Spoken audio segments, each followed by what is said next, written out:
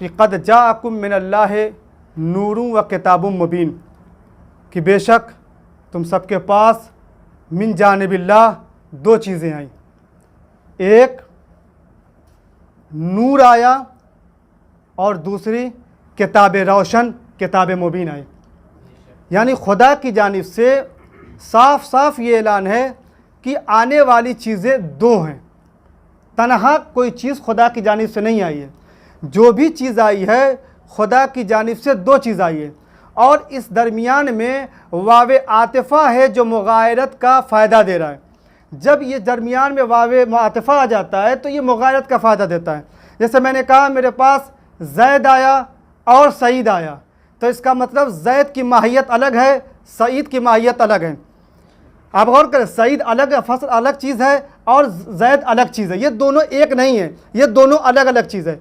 खुदा ने फरमाया कि तुम्हारे जानिब दो चीज़ें आई, नूर आया और किताब आया। किताब है, इसका मतलब किताब अलग है, नूर अलग है। आप गौर करें, किताब अलग है, नूर अलग है।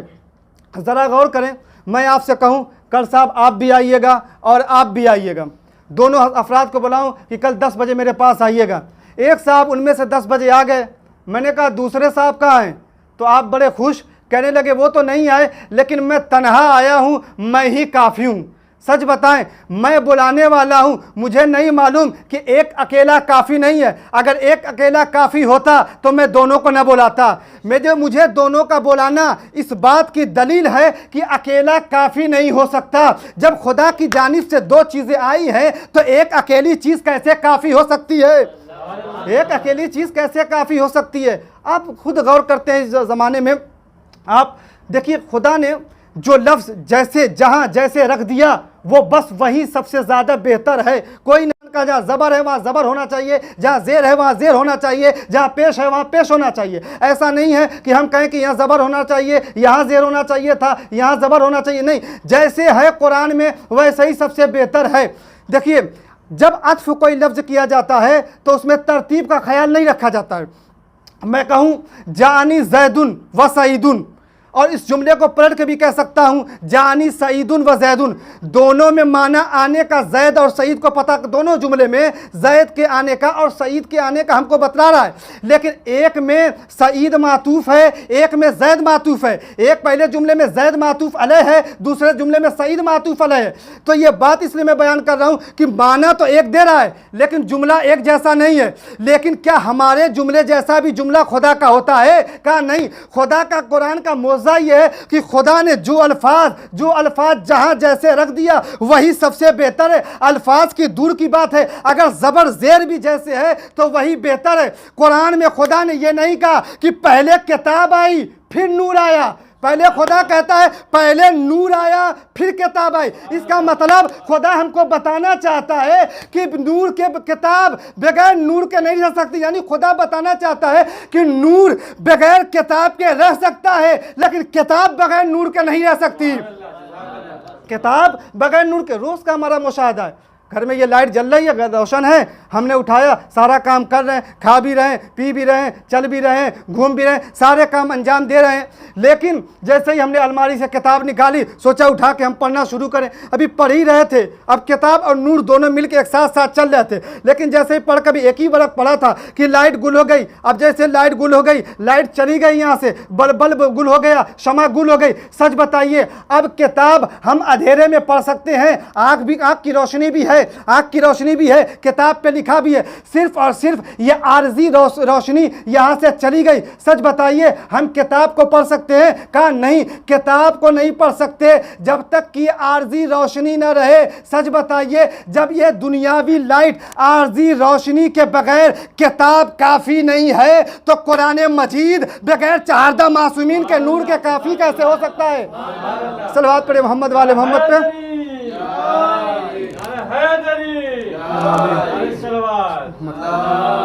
गौर करें, कहने वाला कह के गया हस्बुना किताब अल्लाह, किताब खुदा हमारे लिए काफ़ी है। लेकिन सच बताऊं, किताब खुदा खोलिए, सबसे अहम इबादत जो ज़िंदगी में जो इंसान दिन भर में 5 वक्त नमाज पढ़ता है, 5 वक्त नमाज पढ़ता है, उससे कहो कि कुरान मजीद में दिखाओ कि पूरी तरतीब के साथ नमाज का कहाँ हुक्म है। कसम खुदा की वो कुरान मजीद में नहीं दिखा सकता। अरे 5 वक्त छोड़े, वो नमाज की रकतें भी नहीं दिखा सकता कि फजर की 2 रकात है, ज़ोहरैन की 4-4 रकात है, मगरिबैन की 3 और 4 रकात है, वो गिना नहीं सकता, वो दिखा नहीं सकता। वो नमाज कुरान में 3 वक्त तो दिखा सकता है, लेकिन कुरान में न 17 रकात दिखा सकता है, न नमाज का तरीका दिखा सकता है। आप उठाइए कुरान मजीद और एक एक आयत को लीजिए। देखिए वजू की जो आयत है, तयम्मुम की तो जो आयत है वो एक साथ आ गई है, लेकिन नमाज की आयत एक साथ नहीं आई है। आप कुरान की आयतें पढ़ना शुरू कीजिए, आपको एहसास हो जाएगा। चलिए पहली आयत नमाज पढ़ने के लिए, वाक़िमुस्सलाह वातुज़ ज़का, मुत्तकीन की सिफात बयान करते हुए अल्लाह कहता है सूरह बकरा में, व युक़ीमूनस्सलात व यूतूनज़्ज़कात, वो लोग वो हैं मुत्तकीन जो नमाज को कायम करते हैं, ज़कात को अदा करते हैं। इसका मतलब मुत्तकीन को नमाज पढ़ना चाहिए। कुरान में अल्लाह कहता है, हुक्म देता है वाक़िमुस्सलाह वातुज़ ज़का, कि नमाज को कायम करो, ज़कात को दो। गौर से सुनिएगा, इतना सारी आते हैं। अब उसके बाद यहाँ पे खुदा ने नमाज पढ़ने का हुक्म दिया। अब आप नमाज पढ़ने के लिए आए, कुरान का अल्लाह कहता है कि वरब्बका फकब्बिर, वरब्बका फकब्बिर, यानी क्या मतलब हुआ कि इससे आपने समझा कि अल्लाह अकबर कहने को कहा जा रहा है। उसके बाद आयत कहती है इक़रा बिस्मि रब्बिकल लज़ी खलक़, इसका मतलब आपने समझा कि कुरान की सूरों की तिलावत करने के लिए कहा जा रहा है। उसके बाद कुरान ने कहा वरकऊ मअ राकिईन, रुकू करो, और रुकू करने के इससे मतलब आप समझे कि रुकू को करने का अल्लाह हुक्म दे रहा है। उसके बाद सूरह शोरा की आयत नंबर 219 में अल्लाह कहता है वह तकल्लुबका फिस साजिदीन। इस आयत से आप समझे कि सजदा करने का हमको हुक्म दिया जा रहा है। अब आपने सजदा भी कर लिया। उसके बाद सूरह मुदस्सिर में अल्लाह कहता है वह सियाबका फताहिर, और उसके बाद अपने कपड़े को पाक कीजिए। आपने समझा अपने लिबास को भी पाक करने का हुक्म दिया जा रहा है। यहाँ तक तो आप आ गए कि ये सारी चीज़ें कुरान में मौजूद है, लेकिन क्या ये सारी चीज़ें तरतीब के साथ हैं? कोई किसी पारे में है, जैसे कि ये आयत वरकऊ मअ राकिईन, ये सूरह बकरा की आयत नंबर 43 है। वह सियाबका फताही व रब्बका फकब्बिर, ये सूरह मुदस्सिर की आयत नंबर 2 और 3 है। सूरह शोरा की आयत नंबर व तकल्लुबका फिस साजिदीन 219 है। ये सारे आते कुरान में बिखरी अलग अलग है। इकट्ठा कर भी लें तो आपको ये किसने हक दिया कि कुरानी आयतों से समझें कि इससे मतलब कि रुकू करना किस तरीके से, रुकू के बाद सजदा करना, ये किसने आपको हक दिया? हो सकता है रुकू एक मुस्तकिल इबादत हो, सजदा एक मुस्तकिल इबादत हो, क़याम एक मुस्तकिल इबादत हो, कपड़े को पाक सफाई रखना, ये सारी चीज़ें एक मुस्तकिल इबादत हो। इन तमाम चीज़ों के बावजूद आप गौर कीजिए, एक मुसलमान को खड़ा कीजिए, उसके बाद ये सारी कुरान में आते हैं। उसके बाद मैंने जैसे एक आदमी आया कि देखें नमाज कैसे पढ़ते हैं, मैंने क्या किया कि पहले मैंने सजदा कर लिया, सजदे के बाद मैं उठा रुकू कर लिया, रुकू के बाद उठा मैंने तिलावत कर ली, तिलावत के बाद मैंने अल्लाह अकबर कहा, अल्लाह अकबर कहने के बाद मैं घर वापस गया, घर जाने के बाद मैंने कपड़े को पाक कर दिया। क्या यही सारी चीज़ें तो नमाज में होती हैं? सच पूछूं, उस मुसलमान से पूछिए कि ये बताओ कि ये नमाज जो मैंने पढ़ी है, ये मेरी नमाज सही है कि नहीं? कहा सारे तुमने अफ़आल अंजाम दिए, तुमने सारे वाजिबात अदा किए, लेकिन तरतीब के साथ अंजाम नहीं दिया, इसलिए तुम्हारी नमाज सही नहीं है। मैंने कहा कुरान से पढ़ा, मैंने आयतें सुनाई, मैंने कहा कुरान में ये लिखा है, कुरान में भी तो तरतीब से नहीं। कहा लाख तरतीब से नहीं, लेकिन कुरान तुम्हें तरतीब से पढ़ना पड़ेगा। मैंने कहा भाई तरतीब कैसे मिलेगी? कहा अल्लाह ने सिर्फ कुरान नहीं भेजा बल्कि उसके साथ नूर भेजा। उस नूर ने कहा वैसे नमाज पढ़ो जैसे मुझे नमाज पढ़ते देखो, वैसे नमाज पढ़ो जैसे मुझे नमाज पढ़ते देखो। भाई मैं उस नूर की बातें क्यों मानूं? कहा उस नूर के लिए भी खुदा ने फरमाया कि कुल सूरह आले इमरान आयत नंबर 31, उसमें भी खुदा कहता है कुल इन कुंतुम तुहिब्बुनल्लाह फत्तबिउनी युहब्बिबकुमुल्लाह व यगफिर लकुम ज़ुनूबकुम वल्लाहु गफूरुर रहीम। ऐ लोगों मेरे पैगंबर कह दो कि अगर ये लोग खुदा की मोहब्बत का दावा करते हैं तो इनसे कह दो कि मेरा इत्तिबा करें। सिर्फ यही नहीं, कुरान में और आयत है कुल अतिउल्लाह व अतिउर रसूल। पैगंबर कह दो कि देखिए इताअत और इत्तिबा में फ़र्क है। जब इताअत अफ़आल की हो तो इसे इताअत कहते हैं, जब अताअत अक़वाल की हो तो इसे अताअत कहते हैं, लेकिन यही चीज़ जब अफ़आल की हो जाए तो इसे इत्तिबा कहते हैं। इन दोनों आयतों को सिमट के खुदा एक जगह फरमाता है लक़द काना लकुम फ़ी रसूलिल्लाहि उस्वतुन हसना, तुम्हारे लिए रसूल खुदा की ज़िंदगी नमूने अमल है। पैगंबर भी कहते हैं वैसे नमाज पढ़ो जैसे मुझे नमाज पढ़ते हुए तुम देखते हो। इसका मतलब नमाज किताब खुदा से काफ़ी नहीं है। इसका मतलब नमाज किताब खुदा में तो है, लेकिन किताब खुदा में जैसे है वैसे नहीं पढ़ सकते। जैसे नूर ने पढ़ा है वैसे तक नमाज पढ़ेंगे, जैसे नूर ने पढ़ा। सलवात पढ़े मोहम्मद वाले मोहम्मद पे। आप देखें तरतीब, और फिर देखें ये सिर्फ नई तरतीब खुदा की नहीं है। खुदा ने हमेशा पहले मुअल्लिम को रखा, बाद में भेजने वाले को। अब देखिए इस दुनिया में कोई भी सीखने वाला मौजूद नहीं था, लेकिन आदम की शक्ल में एक मुअल्लिम मौजूद था। आप देखिए किताब नहीं आई, लेकिन पहले मुअल्लिम आ गया, और पहले मुअल्लिम जिसे अबुल बशर और मुअल्लिम बशर कहा जाता है, उसने आकर लोगों को तौहीद की दावत दी। पहले जब बच्चा नया नया होता है तो माँ उसके हाथ में किताबें नहीं थमा देती हैं कि बेटा पढ़ो अल्लाह एक, नहीं, बल्कि उसको रटवाती हैं, कहो अल्लाह एक, पंजतन 5, इमाम 12। का क्यों? का अभी किताब नहीं पढ़ सकता, लेकिन अभी रट सकता है। गोया जनाब आदम आए हैं लेकिन किताब लेके नहीं आए, लेकिन तौहीद का दर्स ज़बानी देंगे, अदल का दर्स ज़बानी देंगे, नबूवत का दर्स ज़बानी देंगे, खुदा की अदल का दर्स ज़बानी देंगे, क़यामत का दर्स ज़बानी देंगे। ये दर्स यहीं नहीं रुका, बल्कि जनाब नूह अलैहिस्सलाम भी आ गए, इन्होंने भी दर्स दिया। जब दर्स दिया तो यहाँ भी कोई किताब नाजिल नहीं हुई, सिर्फ हुक्म खुदा से ज़बानी दर्स दिया जा रहा है।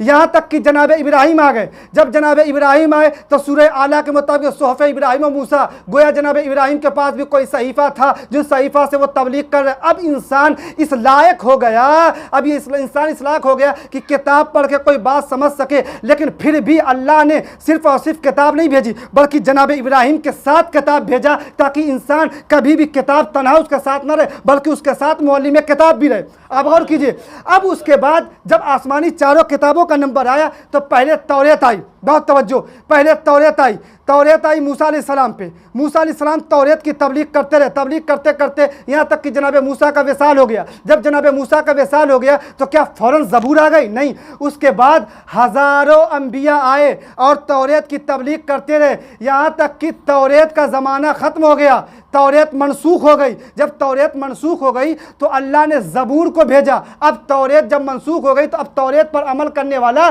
जन्नत में नहीं जा सकता, अब ज़बूर पे अमल करे। जनाब दाऊद अलैहिस्सलाम की किताब जो आई ज़बूर, अब उस पर अमल करने लगा। उस किताब के बाद हज़ारों अंबिया आए और हज़ारों अंबिया उसकी तबलीग करते रहे। और जब ये किताबें मनसूख हो गई तब उसके बाद जनाब ईसा अलैहिस्सलाम पे अल्लाह ने इंजील नाजिल की।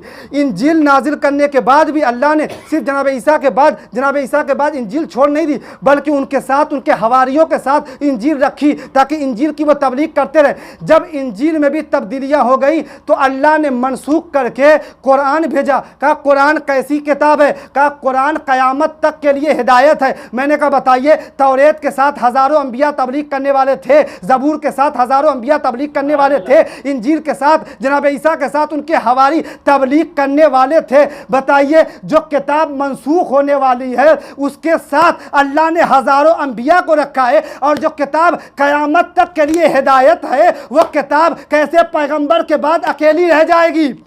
वो किताब कैसे अकेली रह जाएगी? उसका दावा करने वाला कैसे कह सकता है हस्बुना किताब अल्लाह? यही वजह है कि जब आसमान से दो चीज़ें आई हैं, पैगंबर एक चले गए, हिदायत का सरचश्मा हमारे सामने नहीं है ज़ाहरी तौर पे, तो सच बताइए आज के ज़माने वाले शिकायत कर सकते हैं कि नहीं हमारे सामने पैगंबर नहीं, वैसा हादी नहीं, हम कैसे हिदायत हासिल करें? इसका मतलब कि कोई ऐसा होना चाहिए। देखिए, हिदायत की दो कुर्सियाँ थी, एक कुर्सी पे पैगंबर जलवा अफरोज़ थे, दूसरी कुर्सी पे किताब जलवा अफरोज़ थे।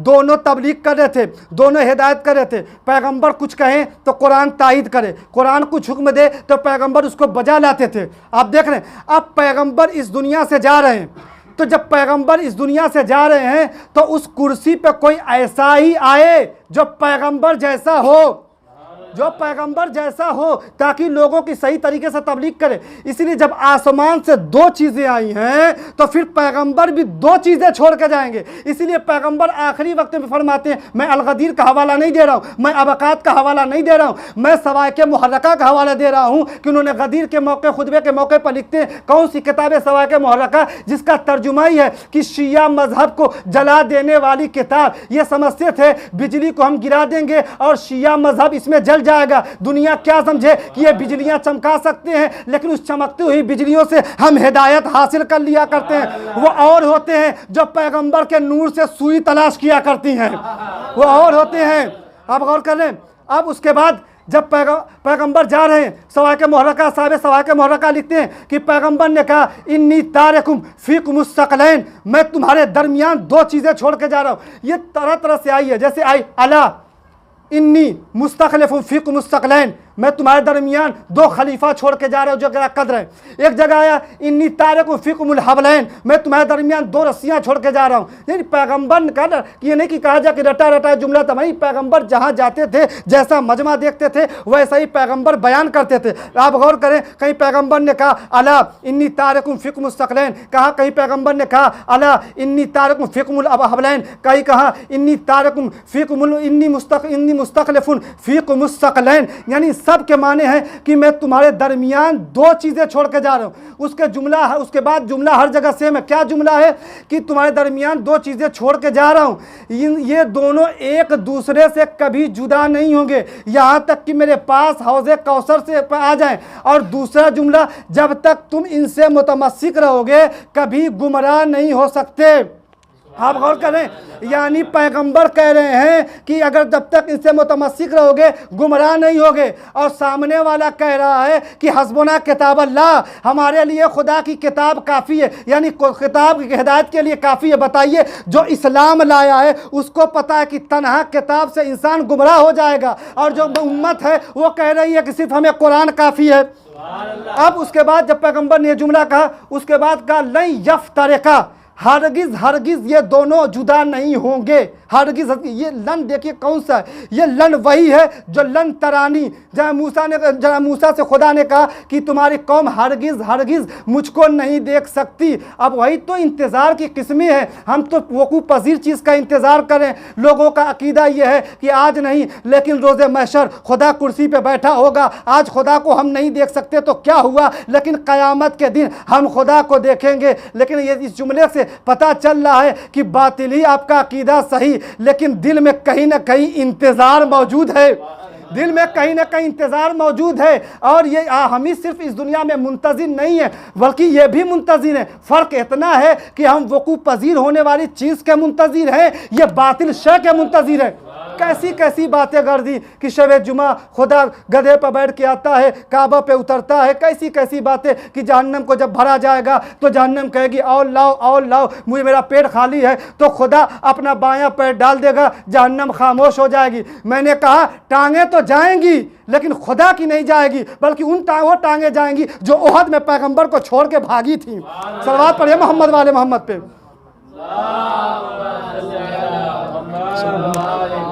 कैसी कैसी बातें। अब उसके बाद देखिए, जब चीज़ें दो बराबर की होती हैं तभी साथ होता है। अगर दो चीज़ें बराबर की नहीं हैं तो कभी भी साथ नहीं हो सकता। हो सकता है एक लम्हे के लिए साथ हो, लेकिन फिर एक न एक दिन वो जुदा हो जाएंगे। देखिए, जब मैं कुरान से दलील दे सकता हूँ कि जब इल्म एक बराबर नहीं होता तो इंसान जुदा हो जाता है। मैं मौका नहीं, वरना पूरा वाक़या पढ़ता, बस इशारतन कह के जा रहा हूँ कि जनाब खिज़्र का इल्म अलग था, जनाब मूसा अलैहिस्सलाम का इल्म अलग था। दोनों साथ साथ चले, लेकिन 3 मौक़ों के बाद ऐसा हुआ कि मूसा ने अपना रास्ता लिया, जनाब खिज़्र ने अपना रास्ता लिया। कहा क्यों? कहा जब इल्म बराबर नहीं होता है तो इंसान रास्ते अलग अलग हो जाते हैं। अब आ जाइए, कुरान मैंने कहा 2 कुर्सियाँ हिदायत की लगी हैं, दोनों क़यामत तक के लिए हिदायत के लिए। अब पैगंबर की कुर्सी लगी थी, एक कुर्सी कुरान की थी। कुरान कुर्सी क़यामत तक के लिए अपने ऊपर कुरान मौजूद है, ये हिदायत कर रही है। लेकिन जो दूसरी कुर्सी 11 हिजरी को खाली हो रही है, इस कुर्सी पे कौन आए जो कुरान के बराबर हो, जो जिसका इल्म कुरान जैसा हो। अगर इसके लिए खुदा दावा करे वला रद्बिन वला याबिसिन इल्ला फी किताबिन मुबीन, तो उसके लिए भी खुदा दावा करे वह कुल्लु शैइन अहसना हो फी इमामिन मुबीन। अगर ये पैगंबर की ज़बान से निकले तो वो लोग भी ऐसे हों जिनका खून पैगंबर का खून हो, जिनकी हड्डी पैगंबर की हड्डी हो, जिनका गोश्त पैगंबर का गोश्त हो। अगर कुरान पैगंबर की आगोश में आती हो तो वो भी कभी पैगंबर के पुश्त पर नज़र आते हो, वो भी कभी पैगंबर के दोष पर नज़र आते हो। आखिर कोई तो ऐसा तारीख में ढूंढिए कि जिसका इल्म कुरान के इल्म के बराबर हो। जब कोई खुश्क तर नहीं जिसका इल्म कुरान में बयान कर दिया गया है, तो इसका मतलब कि तमाम तर कोई ऐसा होना चाहिए कि जो जिसका इल्म ऐसा ही हो कि पूरे कुरान के बराबर हो। मैंने तारीख़ में जब मैंने मुफस्सिरीन को पढ़ा तो उसमें मुझे सूरह रात की आखिरी आयत मिली कि उसमें क्या कहता है अल्लाह, व यकुलुल लज़ीना कफ़रू लस्ता मुरसला कुल कफ़ा बिल्लाहि शहीदम बैनी व बैनकुम वमन इंदहु इल्मुल किताब, कि एक रसूल तुम्हारी गवाही के लिए कह दो कि अगर ये कहते हैं रसूल नहीं तो तुम्हारी गवाही के लिए दो लोग काफ़ी हैं, एक अल्लाह काफ़ी है, एक वो जिसके पास पूरी किताब का इल्म है। इसका मतलब जिसके पास पूरी किताब का इल्म होगा वो कभी किसी मैदान में फंस नहीं सकता, किसी मैदान में किसी के सवाल पे खामोश नहीं हो सकता। मैंने एक ही घराना देखा और चंद अफराद अहले बैत के देखे कि जब मौला कायनात को देखा कि जब वो मिंबर पर जाते हैं तो कहते हैं सलूनी कब्र अन तफकदूनी, जो चाहे मुझसे पूछ लो। दावा करने वाले बहुत से मिलेंगे कि कुरान के हम साथ हैं, लेकिन जब मसला फंसता तो लौला कहते हुए नजर आए, कोई मौला कहते हुए नजर नहीं आया। सलवात पढ़िए मोहम्मद वाले मोहम्मद पे।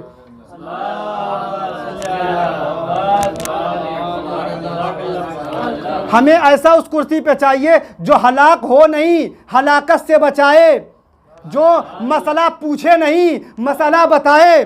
आप गौर करें तो इस बातों से एहसास होता है कि वाकई एक के अलावा और फिर उनके जानशीन के अलावा हमें कोई ना मिला। दुनिया ने चाहा कि हम अहले बैत को कुरान से अलग कर देंगे, लेकिन सादिक पैगंबर का दावा है कि कुरान को अलग नहीं किया जा सकता अहले बैत से, न अहले बैत को अलग किया जा सकता है कुरान से। दुनिया समझती थी हम अलग कर देंगे, कभी हम 25 साल इनको घर में रख देंगे तब हम कुरान से अलग कर देंगे, लेकिन दुनिया ने मजबूर होकर लिखा कि कुरान से अहले बैत कभी अलग नहीं। दुनिया समझती थी कि इमाम हसन मुस्तफ़ा को मदीना भेज देंगे, ये कुरान से अलग हो जाएंगे, लेकिन दुनिया ने बाद में मजबूर होकर लिखा कि अहले बैत हमेशा कुरान के साथ रहेंगे। और उसके बाद दुनिया ने इमाम हुसैन के मौके पर लिखा। उस दुनिया समझ रही थी कि अभी तक तो ठीक है, चलो हम कुरान से और अहले बैत को ठीक तरीके से हम समझ रहे थे, जुदा ना कर सके, चलो अब उनकी गर्दन को, उनके सर को, उनके तन से जुदा कर दिया जाए तो गोया कुरान को हम जुदा कर देंगे अहले बैत से। लेकिन चढ़ते हुए नेज़े पे इमाम हुसैन ने सूरह कहफ की तिलावत करके बताया कि सुनो, तुम हमको कभी जुदा नहीं कर सकते। सादिक पैगंबर ने कहा है कि कुरान और अहले बैत कभी जुदा नहीं हो सकते, कभी इनमें इफ्तिराक नहीं हो सकता, मगर ये कि ये मेरे पास हौज़ कौसर पे आ जाएं। यकीनन दुनिया ने चाहा कि कुरान और अहले बैत को अलग कर दिया जाए, और यकीनन इमाम हुसैन सलाम इसी कुर्बानी के लिए और दीन बचाने के लिए करबला में पहुँचे। आज 1442 हिजरी का चाँद आसमान पर पूरे अपने ताब के साथ रोशन है और दुनिया वालों को ऐलान कर रहा, देखो हुसैन अलैहिस्सलाम ज़िंदा हैं। यकीनन ये चाँद बड़ा गम लेकर आता है। यकीनन जब ये चाँद आता है तो हर मोमिन की आँखें अश्कबार हो जाती हैं। यकीनन जब ये चाँद हम देखते हैं तो हम सिर्फ स्याह लिबास नहीं होते बल्कि हम गिरिया भी करते हैं। हम इमाम हुसैन की मज़लूमियत पे रोते हैं कि हाय हुसैन कह के हम गिरिया करते हैं। यकीनन आज 1400 साल बाद भी जब हम ये चाँद देखते हैं तो हाय हुसैन कह के गिरिया करते हैं। अरे जब ये 62 हिजरी का चाँद उम्मे लैला ने देखा होगा तो उम्मे लैला के दिल पे क्या गुजरी होगी। यकीनन अपना करियल जवान अकबर याद आया होगा और वो बर्छी का नेज़ा भी याद आया होगा, जिस नेज़े की वजह से लैला का चाँद हमेशा के लिए गहन में आ गया। आज़ादारों, जब 62 हिजरी में रबाब ने यह चाँद देखा होगा तो क्या क़यामत गुजरी होगी कि फूल सा 6 माह का बच्चा किस तरीके से करबला भेड़िया रगड़ रहा था। आज़ादारों, जब ये चाँद उम्मे फरवा ने देखा होगा तो किस कदर, मैं बताऊं कि उम्मे जनाब कासिम किस कदर खूबसूरत थे कि अपना दुश्मन राइटर है लामिद इब्ने मुस्लिम लिखता है, ये मौर्रिख है, ये लिखता है कि जब जनाब कासिम खैमे से निकले हैं तो गोया इस तरीके से जैसा चाँद खैमे से बरामद हो रहा है। बताए जो दुश्मन की नज़र में चाँद के मिसल हो वो माँ की नज़र में कैसा होगा। लेकिन ऐसे चाँद वारे करबला की माँ कि ऐसे चाँद को करबला के इमाम हुसैन के ऊपर कुर्बान कर दिया। यकीनन इमाम हुसैन का काफिला अभी रास्ते में होगा, दो तारीख को हुसैन का काफिला करबला में पहुंच जाएगा। हाँ आज़ादारों, कैसे कैसे लोग आज़ादार गुजरे इमाम हुसैन के। देखिए कैसी कैसी माएँ इन आज़ादारी की फ़रोग़ देने के लिए गुजरी हैं। एक शख्स था, हर साल इमाम हुसैन का अशरा किया करता था। एक साल हालात ऐसे परेशान हुए कि उसकी सारी मालो मता ख़त्म हो गए और ऐसे हालात हो गए कि वो कौड़ी कौड़ी का मोहताज हो गया। अब जब घर में आया तो सोचता है इस साल मैं इमाम हुसैन का अशरा कैसे करूँगा, इस साल मैं इमाम हुसैन की मजलिस कैसे करूँगा। यहाँ तक कि 26 ज़िलहिज्जा आई, 27 ज़िलहिज्जा आई, 28 ज़िलहिज्जा आ गई। जब 28 ज़िलहिज्जा आई, घर में आया, हुजरे में अपने को बंद किया और कहता था हाय हुसैन, मैं इस साल आपका अशरा अपने घर न कर सकूँगा। एक आवाज़ उसकी बीवी के कान में गई। वो फ़ौरन आई, उसकी ज़ौजा आके कहती है मेरे वाली, ए मेरे सरपरस्त, ए मेरे सरपरस्त, ए मेरे सरदार, क्यों गिरिया कर रहे हो। देखिए गिरिया करने में बुखल न करना। ये जब चाँद इमाम रज़ा देखते थे, इमाम रज़ा फरमाते मेरे बाबा ये चाँद देखते थे, जैसे जैसे तारीख बढ़ती थी वैसे वैसे मेरे बाबा गिरिया करते थे। इमाम जाफर सादिक फरमाते कि मदीने में कोई मुहर्रम का चाँद नहीं देखता था, बल्कि हमारे घर से गिरिए की आवाज़ आती थी और लोग समझ जाते थे मुहर्रम का चाँद। ऐसे पुरसा दीजिए जैसे किसी भरे घर से किसी एक जवान का जनाजा निकल रहा हो और उसकी ज़ईफ़ा माँ उस पर रो रही हो। अरे ऐसे रोइए कि जो शिकस्ता पहलू लेके बकिया से आई है उसको भी तस्कीन हो कि मेरे लाल पे रोने वाले हैं। हाँ आज़ादारों, तारीख का रिवाज कहती है कि उसकी बीवी ने कहा क्या हो गया। कहा कि इस साल लगता है हुसैन का अशरा नहीं कर सकूंगा, कोई सामान भी नहीं बेचने को। कहा जाओ बेच दो हमारे बेटे को, लेकिन सुनो बेचना तो, लेकिन जब बाजार में जाना तो ये मत कहना कि हमारा बेटा है, वरना लोग पूछे क्यों बेच रहे हो, कहना कि ये मेरा गुलाम है, कौन इसको खरीदेगा। 28 ज़िलहिज्जा थी, ये बाजार में लेके आ गया, कहता है कौन है जो मेरे इस गुलाम को खरीदेगा, कौन है मेरे इस गुलाम को खरीदेगा। बड़ा मोतियो फरमा बरदार है, बड़ा खूबसूरत है। ये सारी बातें कह ही रहा है कि देखता है कि शाम हो गई, कोई ख़रीदने वाला नहीं आया। ये वापस आने लगा, सोचने लगा आज 28 ही ज़िलहिज्जा है, कल 29 ज़िलहिज्जा, कल ला के बेच लूँगा। एक शब माँ अपने बच्चे को जी भर के देख ले। अभी लेके आ ही रहा था कि क्या देखता कि एक सवार आया। कहा सुना मैं इसको बेच रहे हो। कहा हाँ बेच रहा हूँ। कहा कितने का। कहा जितना दे दो। उसने एक थैली निकाली और दे दिया। दूसरे दिन जब ये बेच दिया, ये वापस आने लगा। कहा जा रहे हो, तुम्हारा गुलाम बड़ा खूबसूरत है, ये एक थैली उसके इनाम में ले जाओ। जैसे बाप ने लिया, देखा मालिक ने उसके तारीफ़ की। कहा मेरा गुलाम बड़ा मोतियो फरमा बरदार है। कहा आप इजाज़त दे तो मैं इनकी पेशानी का बोसा दे दूँ। कहा इजाज़त है। पेशानी का बोसा दिया, घर वापस आया। जैसे ही घर वापस आया, उसकी बीवी ने गले में बाहें डाल दी। यकीनन बताऊँ, कहती है उसकी बीवी जिसको बेचा है मेरे बच्चे को मारेगा तो नहीं, मेरे बच्चे को सताएगा तो नहीं, क्योंकि माँ अपने बच्चे को मरते हुए तो देख सकती है, उसको सब्र हो जाएगा, लेकिन कोई माँ नहीं देख सकती कि मेरा बच्चा कहीं हो और मुसीबतों में मुब्तला हो, रोज़ उस पर जुल्म और सितम हो। अभी बात कर ही रही थी कि इतने में किसी ने दक्कुल बाप किया। दरवाज़ा बाप ने पूछा कौन। बेटे ने कहा बाबा दरवाज़ा खोलिए मैं आ गया। दरवाज़ा खोला, बाप ने कहा बेटा मैं तुमको कबूल नहीं करूँगा, बेटा तुम यहाँ से वापस जाओ, तुम अपने मालिक की अमानत हो। कहा बाबा सुनिए तो, जब आप वापस आ गए वो घोड़सवार मुझे अपने घोड़े पर सवार करके ले जाने लगा तो मुझे मैं रोने लगा, मुझे माँ की याद आ गई और मैं माँ माँ कह के रोने लगा। उस सवार ने कहा क्यों रो रहे हो। मैंने कहा कि बस मालिक मेरे अच्छे थे इसलिए मैं रो रहा हूँ। कहा नहीं नहीं, तुम अपने मालिक के लिए नहीं बल्कि तुम अपने माँ बाप के लिए रो रहे हो। मजाओ मैंने तुमको आज़ाद किया। ये कहना था कि बाबा मैं घोड़े से नीचे उतर गया। उसने कहा बाबा, मैंने कहा मेरा बाबा मुझे कबूल नहीं करेगा, मैं नहीं जा सकता। कहा जाओ, जिस हुसैन के लिए तुम्हारे बाबा ने बेचा है वो हुसैन तुमसे कहता है जाओ खुदा हाफिज। ये बाबा कयामत हो गई। मैं वापस आने लगा। आयतुल्लाह काफ़ी यहाँ पे लिखते हैं मोमिनो रोने में कोई बुखल न करना, अज़ादारों रोने में कोई बुखल न करना। आयतुल्लाह काफ़ी लिखते हैं कि यहाँ से जब वो वापस आने लगा तो उसके बाद सवार बाबू कहता है कि बाबा सवार पीछे पीछे मेरे आने लगा। मैंने कहा कि सवार मेरे पीछे क्यों आ रहे हो। कहे जाने वाले बड़े खूबसूरत हो, जा तो रहे हो, जाते जाते अपना नाम बता दो। ए बाबा जैसे ही मैंने कहा मेरा नाम अली अकबर है, अरे उसके जिस्म में लर्जा बर्पा हो गया। बाबा वो तड़पने लगा, बाबा वो रोने लगा, बाबा उसके जिस्म में लाशा बर्पा हो गया। अरे यही तो वजह थी, अकबर की मोहब्बत हुसैन को इस कदर थी कि सारे शोहदा को मकतल में भेजा तो किसी के पीछे पीछे नहीं गए, लेकिन अकबर के पीछे पीछे गए कि अकबर की जुदाई बर्दाश्त नहीं। इन्ना लिल्लाहि व इन्ना इलैहि राजिऊन।